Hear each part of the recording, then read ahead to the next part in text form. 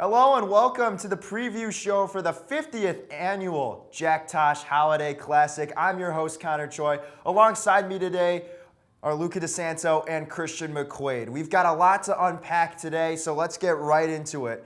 Starting off, the first game, 8:30 a.m. in the South Gym. The Timothy Christian Trojans face off against the Rolling Meadows Mustangs. Luca, what can you tell us about this Scott Plazier-led TC team? Yeah, so this team starts off 4-5 this season. They did not play in the Tosh in 2023. You may remember them from 2022 and years past. This is their 36th year, though, in Tosh, and they have a tough first-round matchup, obviously, with the Mustangs. But they are a very young team. This is 3 sophomores and just 1 senior in Rich Parsons, while they have, a very tough day one game. We're going to see how these sophomores respond in this situation. TC is looking to shock the world with an incredible upset. It's been done before. Will the Trojans be the team this year? Moving on, we're going to sit down, Luca and Christian have sat down with Marquette head coach Shaka Smart to just talk about basketball, so we'll cut to that now. So, Coach, you have had an incredible career as a head coach, leading 3 winning programs at VCU, Texas, and Marquette to 11 NCAA tournament appearances, including an unforgettable run from the first 4 to the Final Four with VCU in 2011. What has been the key to building such consistent success across different programs? Just trying to get people connected around a common mission. It's been the biggest thing. Coach, you're known more as a player's coach, and we've heard stories. You've been seen jogging around the Marquette campus with your team. We have been told so many unique things to build a tremendous culture. What do you feel you do? That differentiates you from other college coaches, and how does that approach resonate with your players? Well, I don't know about other college coaches because I'm not in their programs, but we try to focus on relationships, growth, and victory. Those are our 3 core values. That's what matters most to us. And so cultivating genuine relationships throughout our program, that's players and players most importantly, but also players and coaches, coaches and coaches. Because when you genuinely care about one another, love each other, trust one another, then it's a lot easier to go try to do something really, really hard together. That's interesting for sure. And you've coached 10 NBA players, including many lottery picks. This year, one of your former players, Oso Ighodaro, who was drafted 40th overall, is a key rotational player for the Suns. What do you believe sets those athletes apart, and how do you help players develop their potential to excel to the next level in the NBA? I think I've coached more than 10. You guys got to check your numbers. But, yeah, it's number one, you got to be just uniquely talented to even be considered at that level. And so you got to have something that you do that very, very few people in the world can do in basketball. So in Oso's case, it's, his versatility, his mind, his skill for someone that big, and the fact that defensively he's like a chess piece and he can do so many different things. Tyler Kolek is another guy that we had here that was drafted in the NBA draft this past year, and similarly, he has certain things that nobody else has, like his basketball IQ, the way that he can read plays, the way he passes the basketball. So, yeah, that's the first thing. And then I think the ability to affect winning in a profound way, because up there they want guys that are going to make the team win. And if they can do that, then they'll pay a lot of money to play basketball. Yeah, Coach. And do you see any of those similarities with a guy like Cam Jones this year? He's had that big role over the past few seasons, especially last year with that NCAA run you guys had. But do you see any of those similarities in him this year? Well, all those guys are different, but what they have in common, what Cam has in common with Tyler, Oso, Omax, who was a first-round pick the year before, is that he cares deeply about winning. He cares deeply about his teammates. And again, he's uniquely talented in certain ways, different than each of those guys. In Cam's case, he's got a knack for scoring the ball, can really pass, and he's a great teammate. Coach, now kind of turning to the Tosh, you have a key recruit in Ian Militich of Rolling Meadows joining Marquette. What made Ian stand out to you as a player, and what do you see as his potential within your program? He's got great versatility. He's somebody that cares about winning. He cares about his teammates. He has a great work ethic. He's really he's really focused on improvement, wants to be better. And we think he's got a bright future. Yeah, and especially in tournaments like the Jack Tosh Holiday Classic, when you come to these tournaments and when you're just recruiting any high school player overall, what attributes are you looking for in a recruit? We got a lot. We got a whole one-page sheet that we call Marquette characteristics. So there's a bunch of stuff on there that we're looking for. But to sum it all up, we're looking for guys that fit in with our culture, value the same things that we value. As I said, we value relationships, growth, and victory. So we're looking for guys that care about the same things and that have the attributes that will allow them to endure hard things, because this level of basketball is very, very challenging. Coach, as a native of Madison, Wisconsin, how does coaching at Marquette in your home state of Wisconsin resonate with you personally? And how has your connection to the area influenced your approach to the program? It doesn't really influence my approach to the program. I mean, it's great to be near my mom, most importantly. Just growing up here, my mom's still living here. That's the biggest thing, is being able to be close to her, for her to see every home game. But, I mean, it's more about Marquette. Marquette's a special place. Marquette's a place that, I mean, if Marquette was on Mars, I would want to coach at Marquette. Coach, you've built strong ties in the Chicago area, and we even saw you at last year's Jack Tosh tournament. Can fans expect you to see back at the tournament this year? And what does a tournament like the Jack Tosh mean to you as a recruiter, or do you prefer watching more AAU play style in basketball? No, we like watching high school and AAU. I mean, we want to evaluate guys in different settings. I remember going to the Jack Tosh tournament. I don't know if it was called Jack Tosh at that time, but the York tournament way back when I was an assistant coach at Clemson almost 20 years ago. And I remember watching games there at York. It's high-level basketball. There's something about the holiday tournaments in the Chicago area. There's a passion for the game. Obviously, great players, great coaches, great teams. So it's fun to watch. Coach, now turning to Marquette itself, I mean, your team is off to a blistering 9-2 start this season with impressive wins over Big Ten schools like Purdue and Wisconsin. Despite losing a star, like you said, in Tyler Kolek, you've reloaded to continue to have success year in and year out. What's been the key to sustaining that level of play, and how do you prepare your team for such high expectations? Well, I think one day at a time, first of all, and continue to stay true to who we are, what we value, what really matters to us. And again, as I mentioned earlier, making sure we keep our guys committed to each other. You know, I think when you have a team, sometimes you can overthink it. The reality is you got a group of guys that they love each other, they want to support each other, then you got a chance to do something really special. Yeah, and what advice would you give to any high school players competing in prestigious tournaments like the Jack Tosh Holiday Classic who dream of playing at the next level, whether it's college or beyond? Make your team win. Pretty simple. All right, Coach, that's all we have for you. Thank you for joining us. Up next, we're previewing Yorkville and St. Francis. And our next matchup now, game number 3, 10 a.m. at the South Gym. It's the Yorkville Foxes taking on the St. Francis Spartans. Yorkville's coached by John Holakovsky. Luca, start us off here with Yorkville.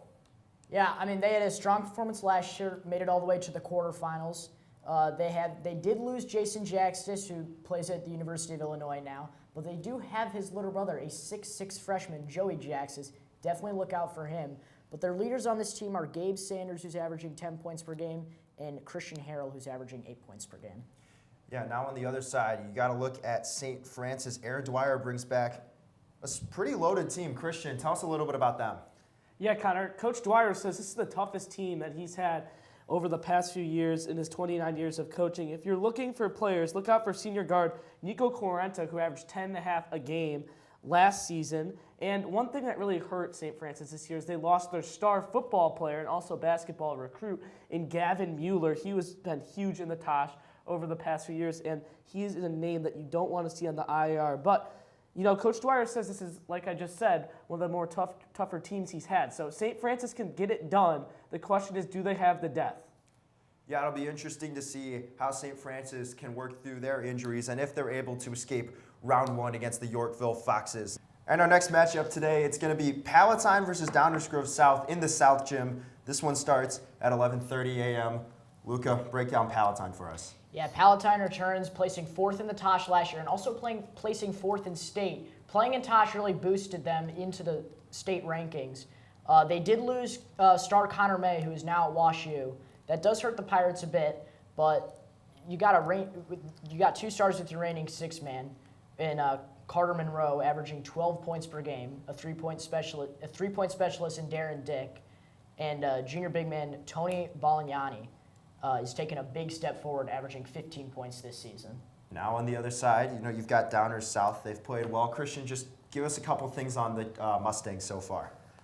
Yeah, Connor, the Mustangs are 5-2 this year, you know, playing pretty good basketball. They got Adam Fowlers, the transfer from Hinsdale South, who was a great part of the little Hinsdale South basketball team they had last year, and they got Savertis, who actually, you know, DGS had a nice run in the DG in the Constellation Championship run last year. They made it to the semifinal, and Savertis was there playing very good with his older brother, but now he is back. So he's also a guy that's going to make a big impact. On top of that, they got Wyatt, who's committed to play baseball at Northern Illinois University. So the Mustangs, you know, they're playing good basketball right now, and they're looking to, you know, make their mark felt in the Tosh this year.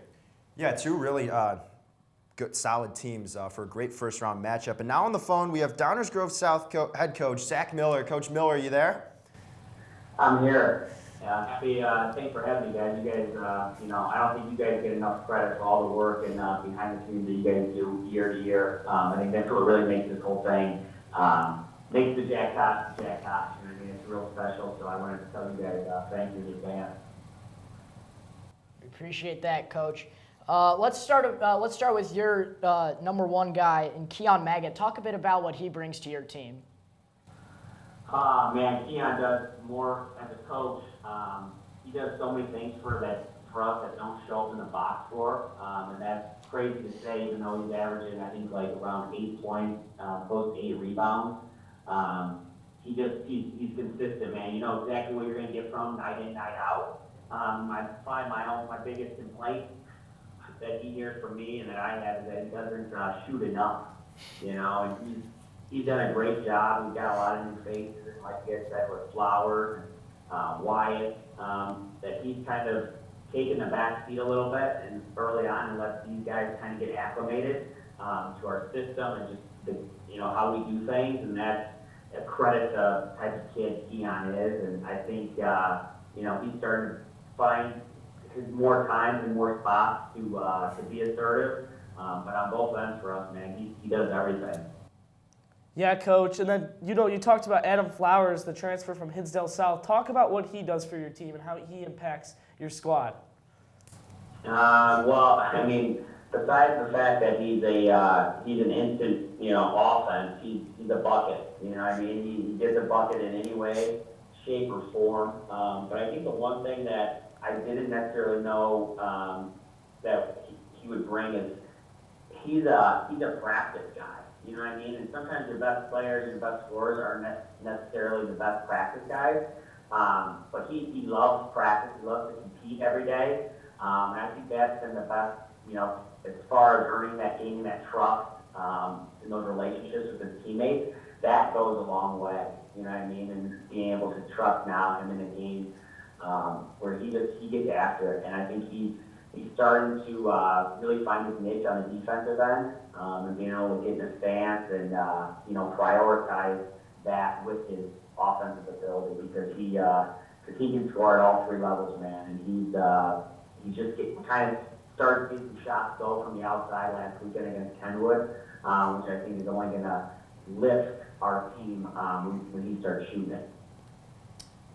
Coach, you got a kid in Wyatt committed to NIU for baseball. Talk a bit about what he does for your basketball team, though. Infectious, competitive, Nate. I mean, he's intense. It doesn't matter who he's playing against. The kid loves the bright lights, and he just competes. He's a warrior on both ends, and he just brings an edge that every good team needs. And I think that's been one of the things that we've kind of been lacking, maybe the last couple of years, is that he's just feisty, man. And he's one of those kids you love coaching, but probably would hate coaching against or playing against. And he goes after people. He picks up, he loves getting in a stance. And I think that's the biggest thing for us is that spread, and it starts at the head, at the top, and he's done that, and now he's getting into a little bit more of a rhythm shooting the basketball, where I think he had 16 or 17 last week against Kenwood with 3 or 4 threes, where now he's got that confidence back after taking a year off. And so I think, again, I've said all along, the best basketball is ahead of us. I think that starts with some of these guys starting to see some shots come down, which we haven't necessarily shot that's great early. All right, well, thank you so much, Coach. We appreciate you giving us the time to answer a few questions. That was Downers Grove South head coach Zach Miller. Coming up, we've got Metamora and Wheaten North, game number 7 in the South Gym. And now our next game, it's the South Gym 1 p.m. game. Game number 7, the Wheaten North Falcons take on the Metamora Redbirds, who won the Tosh in 2023. But first, we're going to turn it over to Wheaten North. Luca, what do you have in the Falcons? Yeah, the Falcons also made a deep run last year in the consolation bracket, making it all the way to the championship, where they lost to the Lake Forest Scouts. This is more of a younger team, though, this year. They only have 4 seniors on this roster. Last Saturday, though, they did play some Tosh competition in Batavia and beat them 52-48, so they are vetted with some competition within the tournament. Yeah, we'll see how that affects them. They got a tough first-round matchup, and Christian, this is a team you're very high on. What are we looking for from the Metamora Redbirds? Yeah, Connor, I am very high on the Metamora Redbirds. They are very talented. I really enjoy watching Matthew Zobrist, the Bradley commit. He is a guy who can score the ball, play great defense. He's actually a fantastic passer. He had that game-winning assist to Cooper Koch on that game-winning 3 last year against Bolingbrook. But the guy that many people have not been noticing, Jonah Funk, averaging a double-double. He's about a 7-footer. He's 6'10", in the paint, committed to South Dakota, 15 points a game, 11 rebounds. This dude can play. I am very high on these guys this year. They also got Ashton Greaves returning. And the new head coach, Coach Justin Dame, the program has not left off at all. They have picked up right where they left off last year and continuing to play elite basketball. Yeah, and now actually on the phone we have Metamora's head coach, Justin Dem. Coach Dem, a longtime assistant, and first your head coach. First off, just congrats on your promotion. Thanks, guys. Glad to be here.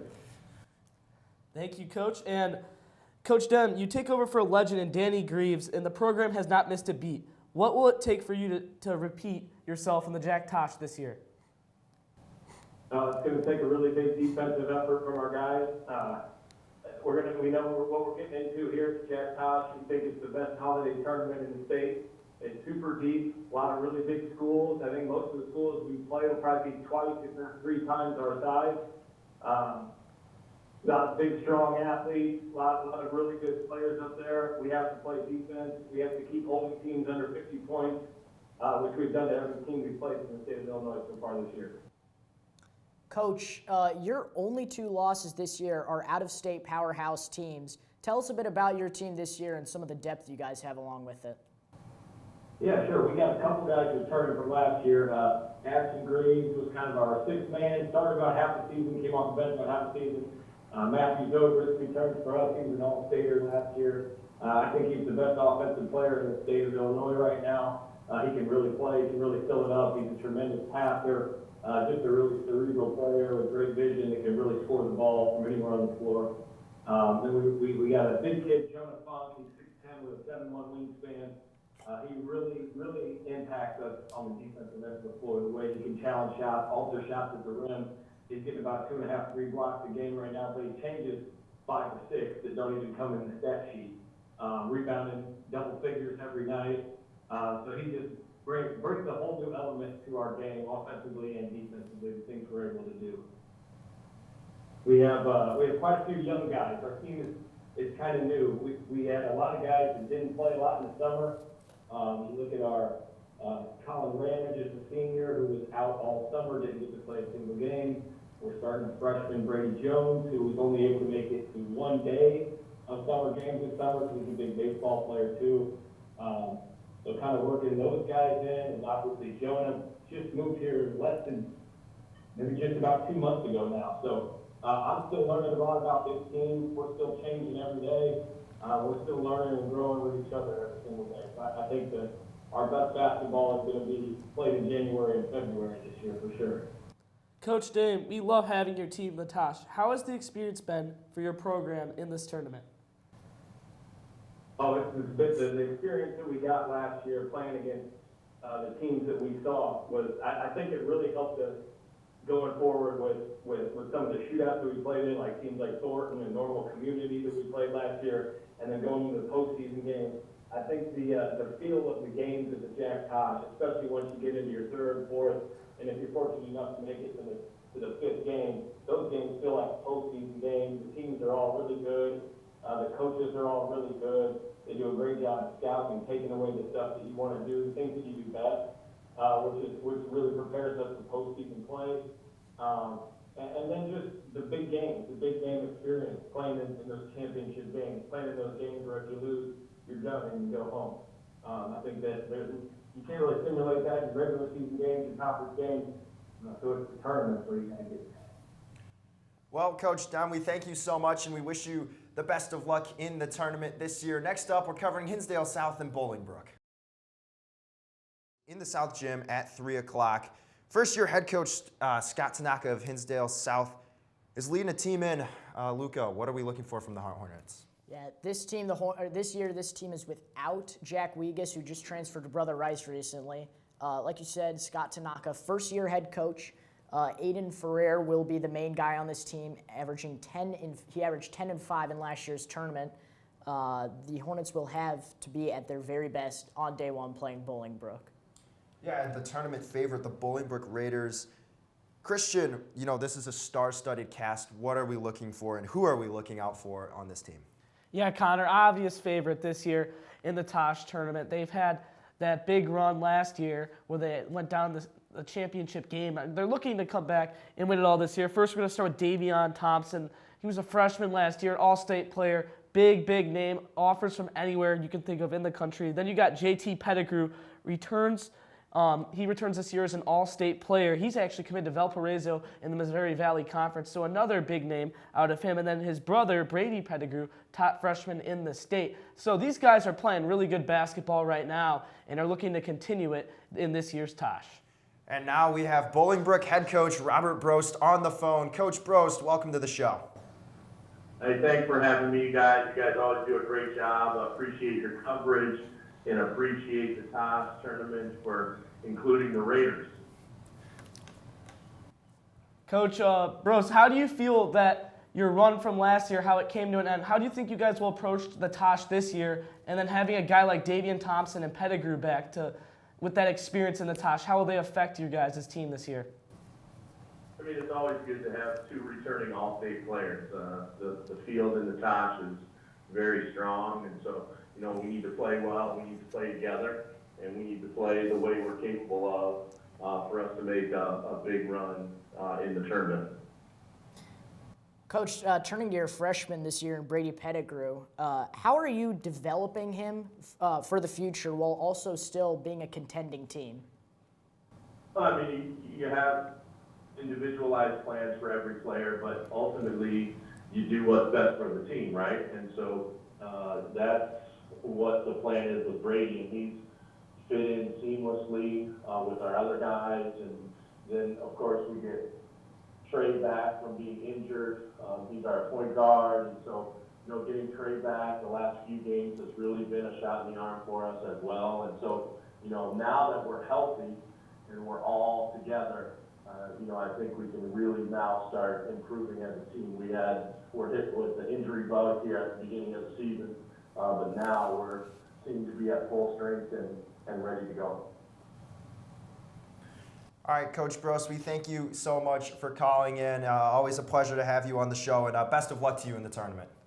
And now our next matchup, the Glenbard North Panthers and the Glenbrook South Titans, two longtime Tosh participants. First, we're going to take a look at Glenbard North. Christian, what do we got on them?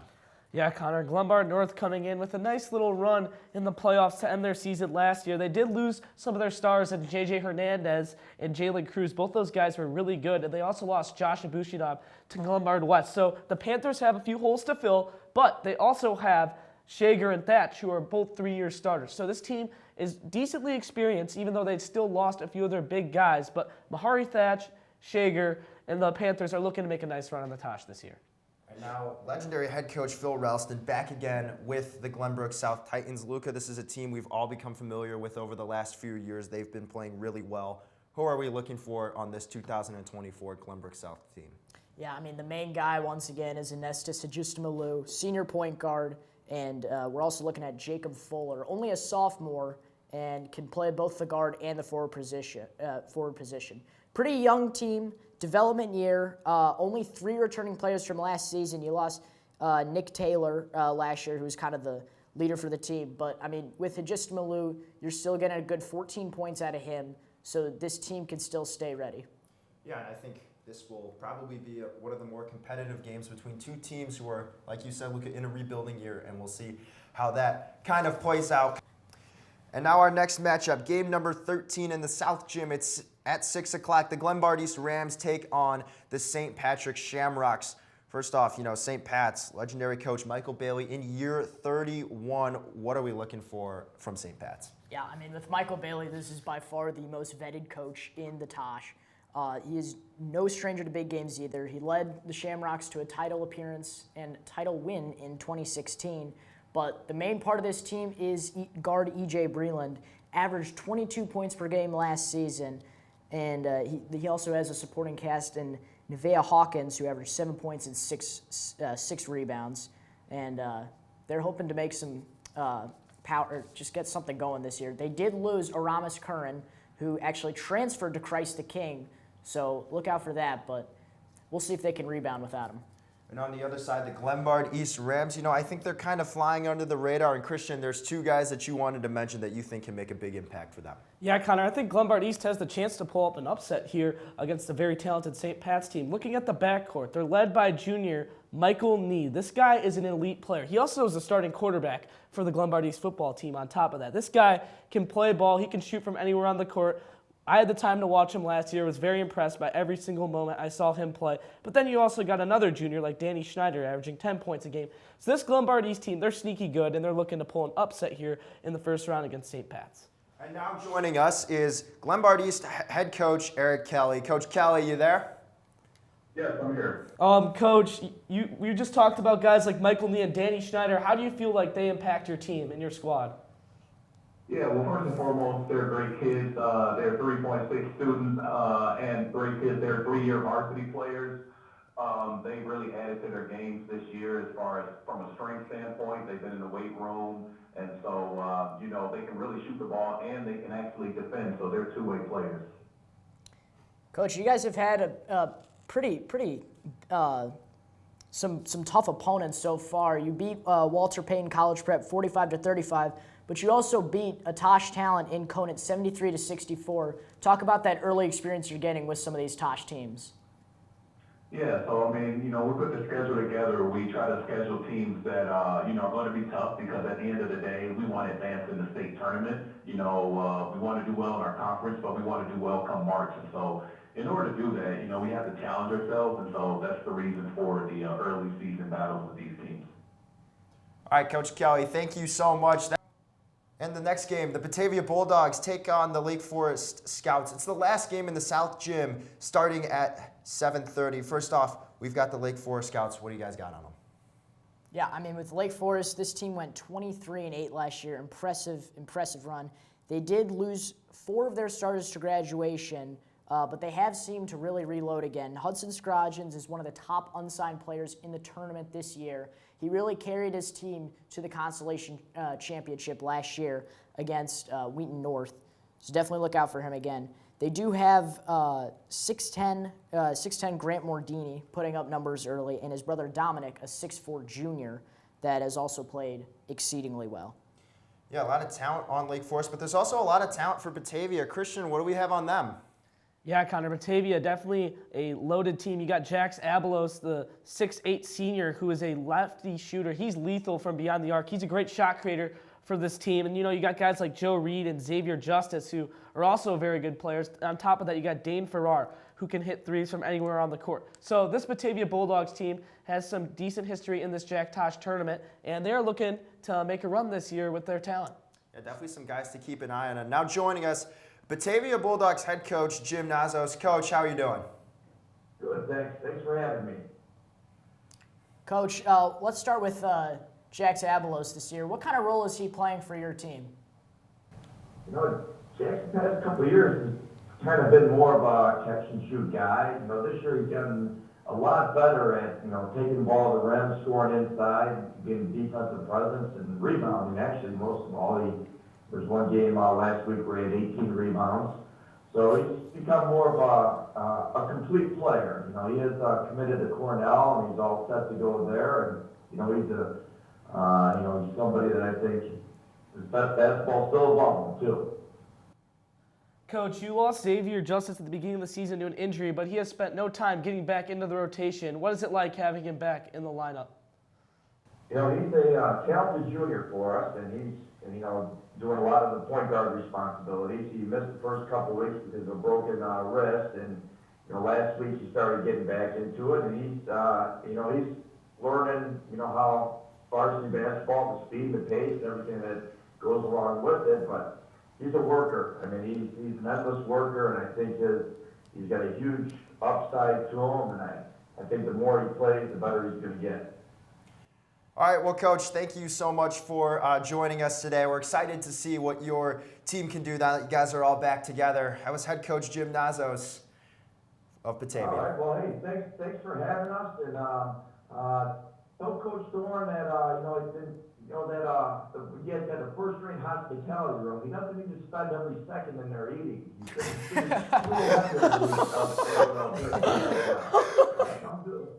Up a little bit, but thanks for having me. It's been great. Look forward to it. Look forward to seeing all you guys there, and we'll see you soon. Yeah, have a great day, Coach. Thank you. And now we head to the first game in the Campbell Gym. It's the 9 o'clock game. Game number 2, the Highland Park Giants take on the Conan Cougars. And first off with Highland Park, Luca, you got a couple of guys that you're looking at on the Giants team. Who are they? Yeah, I'm looking at Simon Moschen, who averaged 12 points per game, and Alex Kreiser averaging 8 points per game. This team is off to a good start, 7-2, 2-0 in conference, and they've already played some Tosh talent in Wheaten North in their season opener and defeated them soundly. Yeah, solid start for the Giants indeed. Now, when you go to the other side, the Conan Cougars, head coach Greg Grana brings back his team again. Christian, who are you eyeing on this team? Yeah, Connor, the Cougars have had some great runs in the past few years in the Tosh. I'm looking at a guy like Bradley Biedke, who has been a 3-year starter for this Cougars team. Great scorer. He can dunk, he can shoot, and he's actually going to be announcing his college commitment sometime around this season. So he will be playing college basketball, I'm assuming. Great player, and he will continue to lead this Cougars team. And if they want a chance to make a run in this tournament, they're going to have to rely on Bradley Biedke. And now our next matchup, we've got the Andrew Thunderbolts taking on the Fenwick Friars. And first off, head coach Justin Stern brings back his T-Bolt team to the Tosh. What are we looking at from Andrew? Yeah, I mean, with Andrew, they're looking to rebound from their 2023 Tosh performance that did not meet their standards. They did graduate big man Grant Sicanis, but their top returners are the Dinian brothers Scott and Ryan, as well as guard Athen Borchers, who's averaging 13.5 per game, and had a 33-point performance in the beginning of the season. He is always on this team making some noise.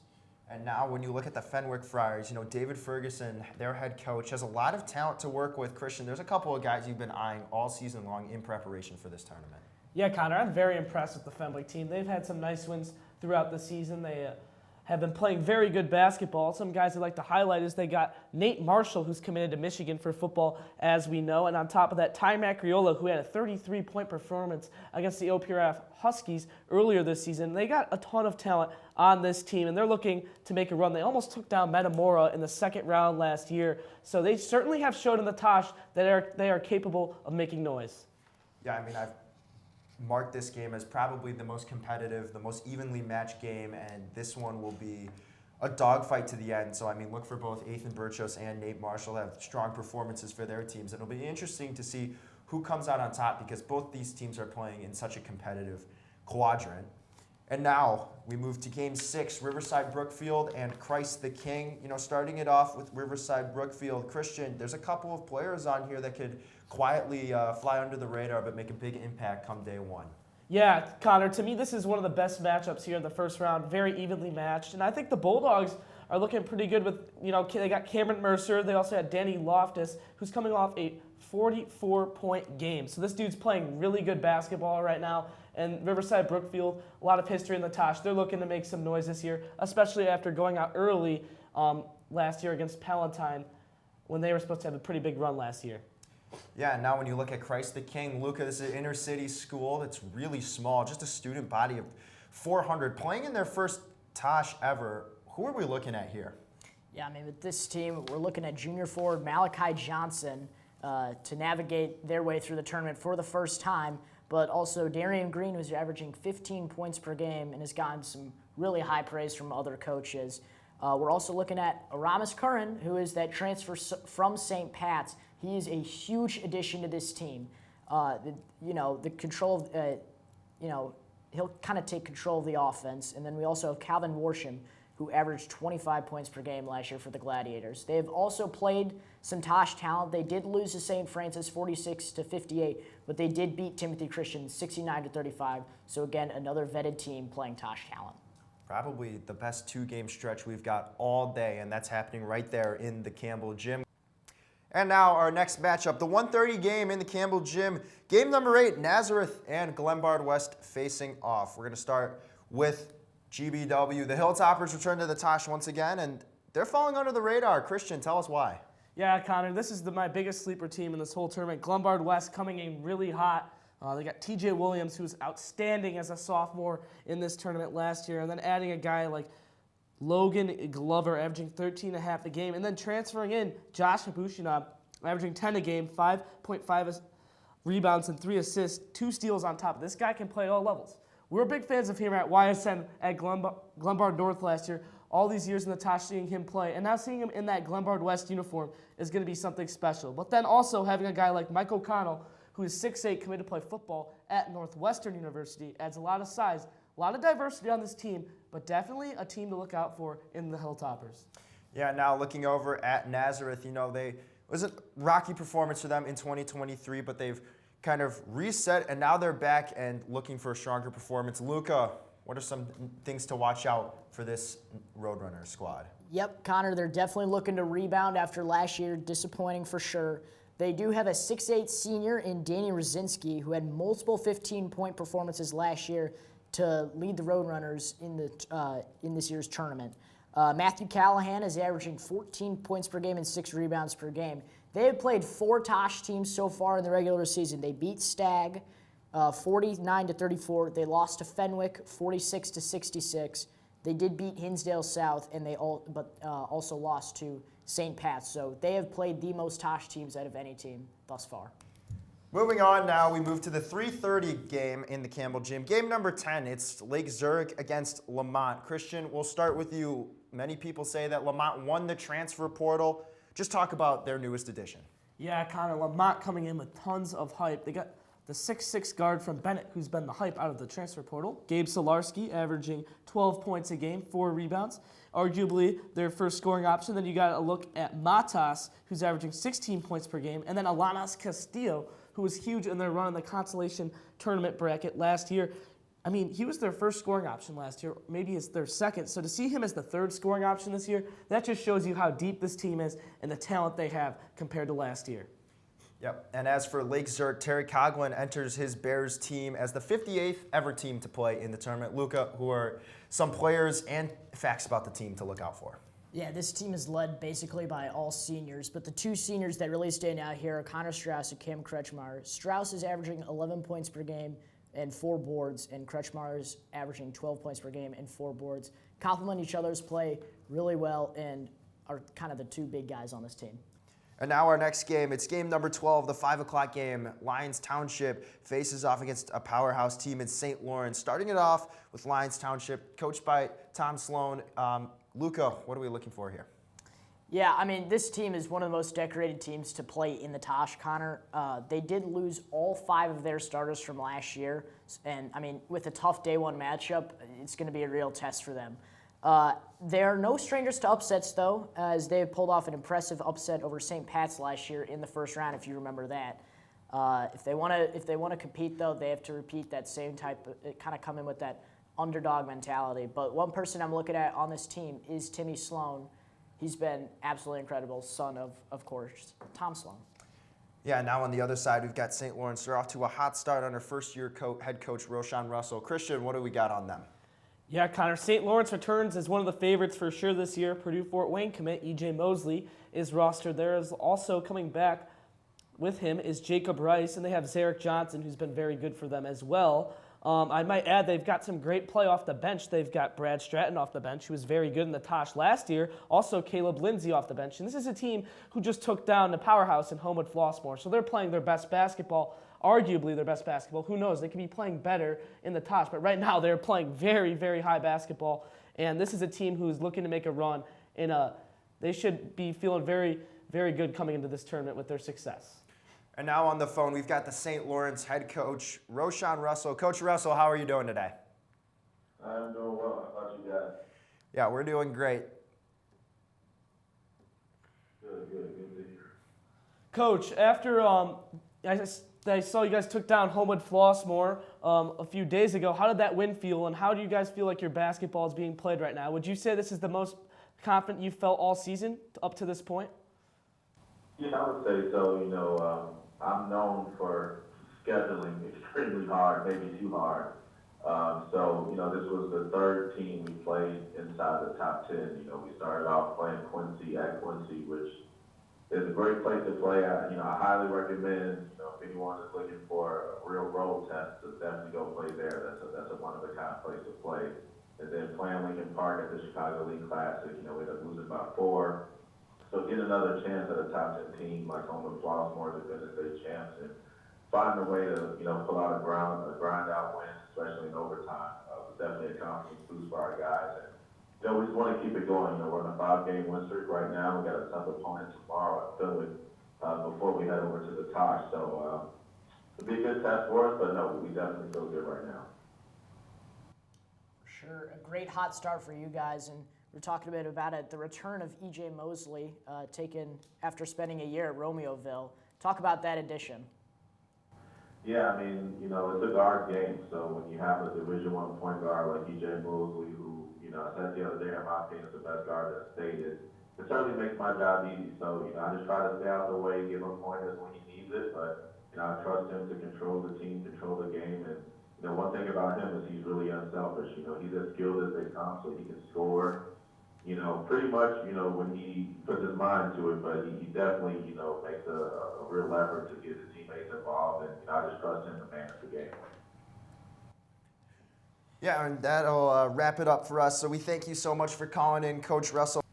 And now our next matchup brings us to Stagg and St. Ignatius. Marty Struess brings back his Stagg team once again.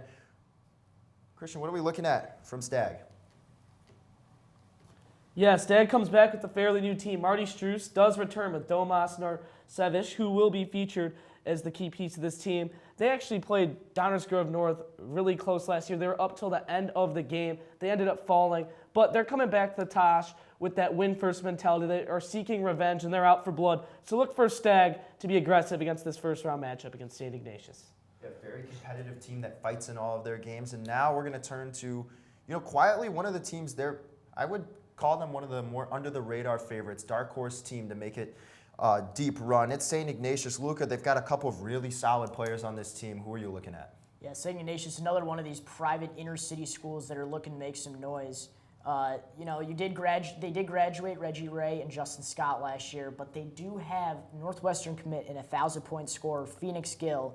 He's averaging 22 points, 8 rebounds, and 4.5 assists, and a steal while shooting 40% from three. Unreal numbers. You also got Chris Bolt. He's averaging 15 points, 7 rebounds, 4 assists, and 2 steals as well. So another perimeter defense team. They are second all-time in wins at the Tosh and are just 4 wins away from reaching 100 wins all-time here at York. And they have a real chance to make a milestone here. Yeah, we'll see if they can do it. And now on the phone, we have St. Ignatius head coach Matt Monroe. Coach Monroe, hope you're doing well today. I am. Thanks for having me on here. You guys are doing a great job. Thank you, Coach. We were just talking about Phoenix Gill. 1,000 points, Northwestern commit, leading your team. Talk a bit about the kid. Yeah, obviously, tremendous numbers. He builds up the stat sheet, he scores, he shoots well, he's a great passer, certainly rebounds very well for his position, and he's a tremendous player on defense. He's one of the biggest winners in St. Ignatius basketball history, being a guy that, done 2 teams that went to the Final Four and a part of this really big moment. But I think the thing that separates Phoenix the most in terms of his legacy and in terms of his impact is who he is as a person. He's a tremendous young man, an awesome leader, and just a joy to coach. And he's someone that certainly, going to be moving on to Northwestern next year. So we're really trying to appreciate and never take for granted all the moments we have left with this amazing person. Yeah, Coach, and another guy who's been very good for your team is the 6'6" junior, and Chris Bolt, averaging 15, 7, and 4, alongside with 2 steals. Talk about him more and how he's been for your team this year. Yeah, Chris Bolte, he's a super talented player, and he poses some really big matchup nightmares for people. He can score around the basket, he can slash to the rim going both ways, and he's an outstanding outside shooter. So he's got a skill set that really is a handful of guard for opposing teams, whether they put a smaller guy on him or if they put a post on him. And he's also another kid, very much like Phoenix, where he's just a great person and an awesome leader, and he adds in such a positive way to the team chemistry. Well, Coach, we thank you so much for giving us your time and calling in. We're so excited to see what you and your team have to offer at this tournament. Coming up next, we're going to be previewing the final game of day 1. It's Manuka taking on the York Dukes. 8 o'clock in the Campbell Gym. We'll start off with Manuka. Luca, they're off to a really good start, a great start for the first time in a long time. Yeah, and there's so many good pieces complementing a well-rounded team here in Manuka. You got Zane Caves Jr. averaging 10 points, 7 rebounds, 3 assists, 3 steals, and broke the school record with 7 steals in a single game. And another school record in rebounds, having 16 in a single game. Then you got Jaden Boa Sr. averaging 8 points, 3 steals, 3 rebounds, shooting 39% from 3. And then you got Rhett Harris averaging 8.5 points and 8.5 points, 4.5 rebounds. Zane Caves committed to Michigan State, not for basketball, but for baseball, though. They have only had 7 winning seasons since 1995 and are off to such a good start this season. They're really trying to start a new chapter here, and this will be a really fun team to watch. Yeah, and it will be a very fun team to watch. Coach Brett Hespel has done an amazing job with Manuka this season, someone who's gotten a lot of high praise from York's head coach, Mike Dunn. And speaking of the York Dukes, Christian, there's a lot to talk about the home team. Yeah, Connor, York is coming in with a lot of energy after that big football state run. They are accompanied by Hunter Stepanek and Eddie Sika and Costa Campus, all from that state championship team. Talking more about Hunter Stepanek, he is a 3-sport athlete. He led the volleyball in the whole state in highest kill rate. This dude can play basketball, football, and volleyball. So Hunter has been huge. He's had some double-doubles in his return from the football season, but some scorers, like I said, James DeSanto, Ethan Jakob, And then you got some bench production too. So York is looking off. Very even first-round matchup here, I'd argue, with Manuka and York. So this is going to be a good first-round matchup for both teams. Should be a fun and competitive game. Absolutely, and we'll have Coach Dunn joining us in a little bit. And then after that, we're going to go over our winners for each quadrant, as well as our dark horse candidate and the championship candidate. A lot more to come here. And now we're joined by yet another special guest. It's York Boys varsity basketball head coach Mike Dunn. Coach Dunn, thank you for sitting down with us today. And you've been a very busy man preparing for the tournament while also balancing your regular season games. Just kind of how are you and your guys able to find a balance between prepping for the tournament while also completing your regular season schedule? Well, Connor, thank you for having me. Obviously a very exciting time here at York for the 50th anniversary tournament, Jack Tosh. But yeah, we have been very busy, obviously. Just kind of taking one day at a time, one practice at a time. We play Saturday against Lake Zurich, who is very solid, very well coached. That's kind of been what we've been kind of focused and engaged in. And we know that we have a very difficult opponent in Manuka coming up. Coach Hespel is a good friend of mine and has done a great job within the 2 years of him being at Manuka and really kind of turning the program around. So that will be a huge challenge for us. But we're just trying to get better every day in practice. Coming off of last year, losing 8 seniors, and then some of our better basketball players were football players, and what a great state championship run that they had, and then kind of work them back into basketball shape. So this past week, we've kind of really noticed that we're really making really good improvements, and some of our football guys are getting into basketball shape. So I think we are getting better every day.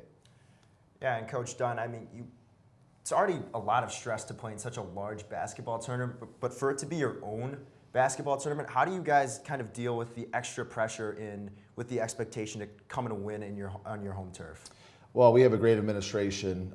We have a great committee that does a fantastic job and makes the tournament special. We believe it's the best tournament in the state from top to bottom. If you look at the depth of the tournament this year, it might be one of the best ever.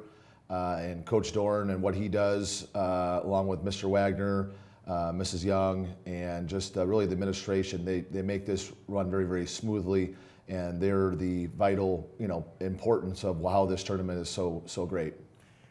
Well, thank you so much, Coach Dunn. The Dukes face off against Manuka December 26th at 8 p.m. in the Campbell Gym. Be sure to tune in or stop by to check it out as they try to advance to round 2.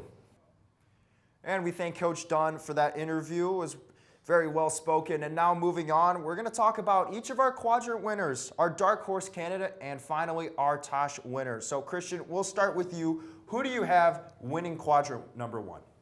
Connor, I think you guys know what's coming for me. I'm going with Metamora. I'm absolutely in love with this team this year. Matthew Zobrist going to Bradley. He is just an outstanding scorer. The coach, when we talked to him, he said that he thinks he's the best scorer in the state. I couldn't agree more, averaging 16 points a game, 3 rebounds, 2.5 assists. And then the big man, the guy who's been overlooked, who's going to South Dakota, in Jonah Funk, the 6'10 senior, averaging a double-double a game, 2.5 blocks on top of that. This guy can play. He can shoot the 3 as well. And then bringing a guy like Ashton Greaves, that experience from that championship Metamora team last year, having him start once again is just going to help this team. And they got a freshman, 8.5 a game, 6 rebounds, Brady Jones, who's 6'5". So a lot of size, a lot of scores. Metamora, really deep team, coming in after that championship. They are the team to beat in Quadrant 1. And Luca, who is your pick for quadrant number 1? I'm going to have to take Rolling Meadows here, and this is all on the back of Ian Milicic, Marquette commit. This kid, he can shoot, he can score on the inside. He's a great defender. He can run the floor completely, can really put this team on his back. They're good complementing pieces too, but this kid's going to show out in this tournament. Really well said. And Christian, I love the part, when you talk about they have experience returning, they won it all last year. Unfortunately, I'm going to have to disagree with you here. My pick is Rolling Meadows. And, when you talk about experience, Ian Milicic has experience too. He was on the Rolling Meadows team. He's a 4-year starter on varsity. He was on the Rolling Meadows team that won the Tosh back in 2022. Last year, he averaged 21 points in the tournament, shot 55% from 3. If he can repeat a performance somewhat similar to that. They'll breeze through that quadrant, easily make it to a semifinal game. They've also got more height now. They've got Patrick Cohen, a 6'8" big man, which should help them on the board so Milicic can play more of his true position as a wing, maybe really bigger shooting guard versus going down low. So Rolling Meadows, my pick for quadrant number 1. Moving on, we've got quadrant number 2. Christian, once again, we'll head over to you. Who do you got? Yeah, you know, guys, I think this is a very obvious pick. I wouldn't be surprised if we all have them. I'm going with Bolingbrook here, led by the sophomore, the underclassman, Davion Thompson. And then when you add talent like JT Pettigrew and his little brother, the freshman Brady Pettigrew, I just don't see anyone stopping this team in the second quadrant. Bolingbrook out for revenge, out for blood after going down in a brutal game-winning shot from Cooper Koch last year against Metamora. So I have a Metamora Bolingbrook rematch in the semifinal game. Those are my first 2 quadrants. Yeah, I got a feeling we're all going to have the same answer here across the board. It's got to be the Bolingbrook Raiders. You know, I just love this team so much, not just as, you know, a shooting team, but also just the athleticism, the pure athleticism on this team. Davion Thompson's, you know, ability to create inside is incredible. Brady Pettigrew, so athletic. I mean, you're watching film of him, he's just throwing down dunk after dunk after dunk in AAU games. And then JT Pettigrew, of course, to put simply, probably the bounciest kid in the entire tournament. I mean, it's a fun team to watch, but I mean, just the skill on this team is unrivaled. Luca, I couldn't agree with you more. When you coined the term fun basketball, fun to watch, I mean, that's exactly what Bolingbrook is. They're my clear pick to win quadrant number 2. I mean, you can't talk about him enough. I mean, Davion Thompson, 4-star recruit. He's a shot creator. Brady Pettigrew will only get better as the season goes along, and I wouldn't be surprised if we see improvements from each day of the tournament. I mean, he's a young, special player that will greatly impact this team. I think they're better than last year, and I wouldn't be surprised if they get over the hump in the championship game and hoist over the Tosh trophy. Now moving on, we've got quadrant number 3, probably the quadrant that we describe as most up for grabs, probably one of the most up for grabs quadrant out of all 4 of them. Christian, who's your pick for that one? Yeah, Connor, I'm going to take an unusual pick. Another team I'm very high on that maybe some other people aren't. I'm taking Glenbard West out of the West Suburban Silver. They have been playing some amazing basketball, and you got guys like TJ Williams as a sophomore last year in this tournament throwing down dunks, alley-oops. He can shoot the 3. He's a stretch 4. And then you got a guy like Josh Bushinab land in the portal from Glenbard North, another stud, just an absolute great player. He's a glue guy. He can score if he wants to, but he's really mainly out there. He has great vision. He can score, like I just mentioned, but also a great passer, great rebounder. He can do it all. And then when you add a guy like O'Connell under the rim, the 6'8" big fella, I think this team is the team to beat in quadrant 3. Although it's very competitive, I was torn between St Ignatius or Glenbard West, but I went with the Hilltoppers here. Yeah, I'm going to have to go with the Friars here. Like you said, Christian, this is definitely the most up for grabs part of the bracket. I mean, the guard play on this team is absolutely incredible. You got Ty Macriola, but you also have Deontay Meeks, 5'6", probably the smallest kid in the tournament. So fun to watch. Quick team. You know, they like to play fast. They like to run the floor quick. And then you also got Nate Marshall, kind of your bigger guy, who, like we said, Michigan football commit. Absolute unit, to say the least. But, I mean, this team is looking vetted. I mean, they just came off a big win against Mount Carmel. So they are battle-tested, and they are ready for what faces them in this bracket.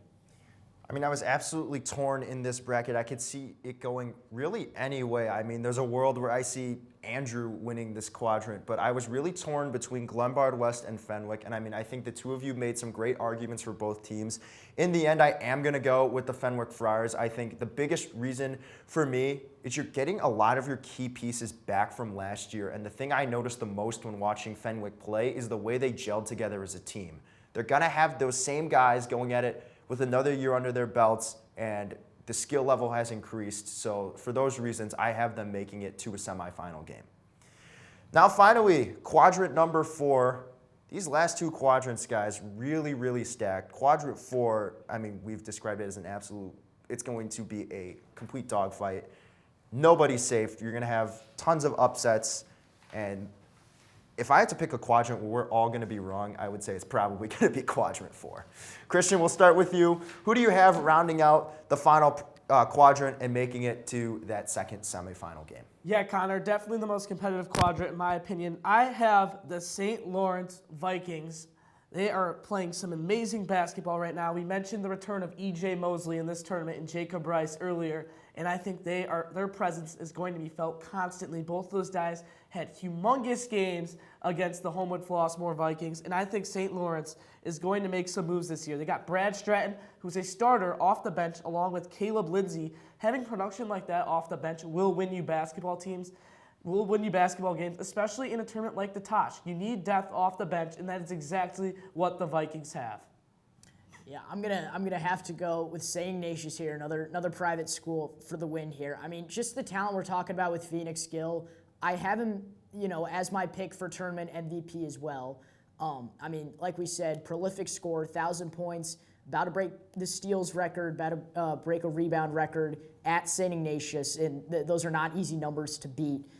This team is very well rounded. The coaching is incredible, and I mean, this is the pick I'm least confident in. Not because I think St. Ignatius is a bad team, it's because I think every team in this bracket in this quadrant is so elite. No, I've been thinking about Quadrant 4 for quite some time, and I was just really torn between all the teams in this quadrant, but I am going to go with the St. Ignatius Wolfpack. I mean, like you said, Luca, Phoenix Gill, he can do it all. A complete player. He facilitates the ball. He gets a decent amount of rebounds. Defensively, he is relentless. He will harass you on that full court press if need be, or just on the perimeter. And scoring, he's another one of these excellent shot creators, shooting 40% from behind the arc. That's the biggest deciding stat for me on why I think he will be a favorite for the tournament MVP and lead St. Ignatius. And when you have another number 2 option in Chris Bolte, I mean, what more could you ask for? And I've got St. Ignatius making it to the semifinal game.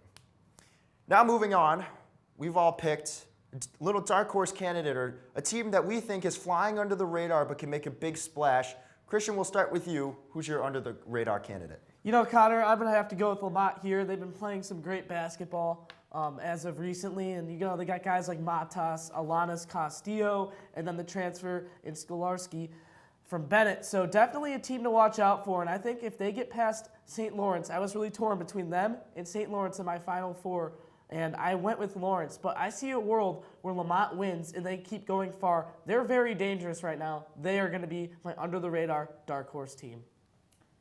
I'm going to have to go with Christ the King here. I am so entranced by the way this team plays, the recruiting, obviously, with getting Oramus Curran from St. Pat's. That is a huge, huge addition. That's adding you so much offense. And then you got Calvin Worsham averaging 25 points per game. Those are not easy numbers. This team it's coming in with a lot of question marks for sure. It's their first year in the tournament, obviously. It's a small school. It's in the city. But, I mean, what we're hearing for them, it sounds like they're the real deal, Connor. Yeah, I mean, I was really torn, and I had an answer written on my paper, but I'm actually going to change it. I was going to go with Lamont, and while I think Sularski is a great player, I've got too many questions after seeing the way they played last year. I'm wondering how they would all gel together as a team. And my dark horse pick is actually going to be the Palatine Pirates. I've been impressed with the numbers I've seen so far. I think these players have made some excellent strides. You're returning guys like Carter Monroe, Darren Dick, Tony Balgan-Yehi, who has probably made the biggest leap as a player down low for Coach Eric Millstone. And I wouldn't be surprised if they made another run. They're no strangers to upsetting teams in the Tosh and making deep runs in the winner's bracket of the Tosh as well as the playoffs. And I think when you return guys with that type of experience, you're going to find a way to win. So that's my pick for the dark horse team. Now, we're going to go to who is winning your first semifinal game between your Quadrant 1 and Quadrant 2 winner. Who do you have taking that first spot in the championship game? Yeah, for me, Connor, I got in the semifinals the matchup of the final last year, Metamora versus Bolingbrook. Give me the Metamora Redbirds, over the Bolingbrook Raiders. They've been playing great, as I mentioned. I think they are going to get it done once again. And the Redbirds are playing great basketball. Matthew Zobris, who's my MVP of this tournament, I believe he will lead his team to the final. Yeah, my matchup is Rolling Meadows Bolingbrook. I'm going to have to go with Bolingbrook here. I just think that Rolling Meadows won't have an answer to the way Bolingbrook plays. I mean, we're talking about a star-studded offense, like we were saying. Davion Thompson is really going to lead them. I mean, again, this is a kid with offers from Indiana, Michigan, Eastern Illinois, Iowa. I mean, he's The list goes on. the list. Yeah, it doesn't end right there. It's going to be hard to slow him down. It's going to be hard for any team to slow him down, and I think you kind of know where I'm going with this team. Yeah, I've got Rolling Meadows and Bolingbrook as my first semifinal matchup, and unfortunately, I think this is where they kind of see issues with Ian Milicic. You have someone matching up to his size in JT Pettigrew, and then I have questions about how well Jack Duffer will be able to guard Davion Thompson up top, and for that reason, I think Thompson will have a big game, and if Pettigrew can step up defensively, I think they'll coast past Rolling Meadows into their second straight title appearance. And now we're going to move on to who will be taking that second spot in the championship game. The Quadrant 3 winner against the Quadrant 4 winner. Who do you have coming up on top? Christian, we'll start over with you. Yes, so I have a matchup between St. Lawrence and Glenbard West, and I like the Vikings here. I think they're very deep, and I think that's why they're going to make it this far. Bench production in tournaments like the Tosh are going to win you games in the late minutes. I have them beating the Glenbard West Hilltoppers. They will be taking on the Metamora Redbirds in the finals. I got Fenwick and St. Ignatius facing off here, two private powerhouses. I do think this game will be very close.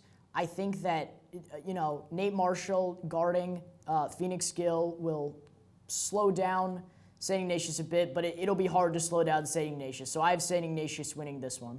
Yeah, like you said, Luca, I also have Fenwick and St. Ignatius on my bracket, and you said that Nate Marshall on Phoenix Gill, that will slow him down.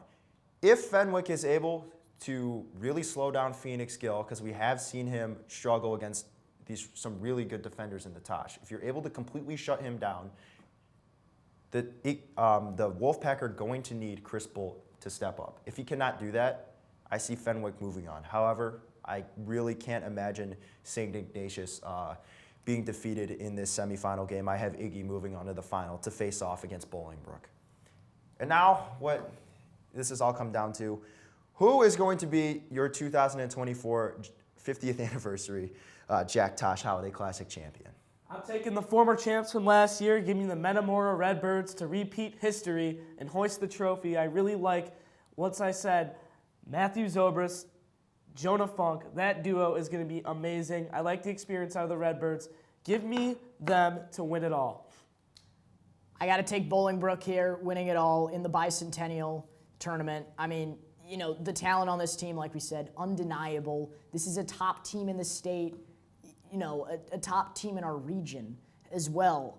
I mean, you have highly recruited players that complement each other so well. I mean, you see highly recruited teams play together with such incredible talents, but this team gels together so well, and I think that's credits to Coach Brose there as to the way this team plays.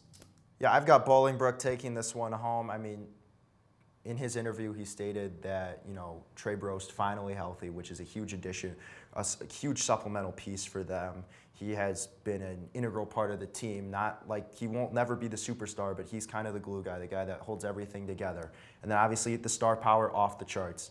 Davion Thompson, Brady Pettigrew, JT Pettigrew, those three, that's a three-headed monster right there, and I don't see anyone in the tournament being able to stop him. So I've got Bolingbrook as my Tosh champion. And that'll do it for us in the 2024 Jack Tosh Holiday Classic preview show. We thank you so much for watching. I've been your host, Connor Choi. Alongside me were Luca DeSanto and Christian McQuade. We'd also like to thank the rest of our crew, John Finucane, Zach Solkitis, Jack Borchers, and a special shout out to Coach Vince Doran for all the work he puts in. Thank you so much for watching, and have a good night.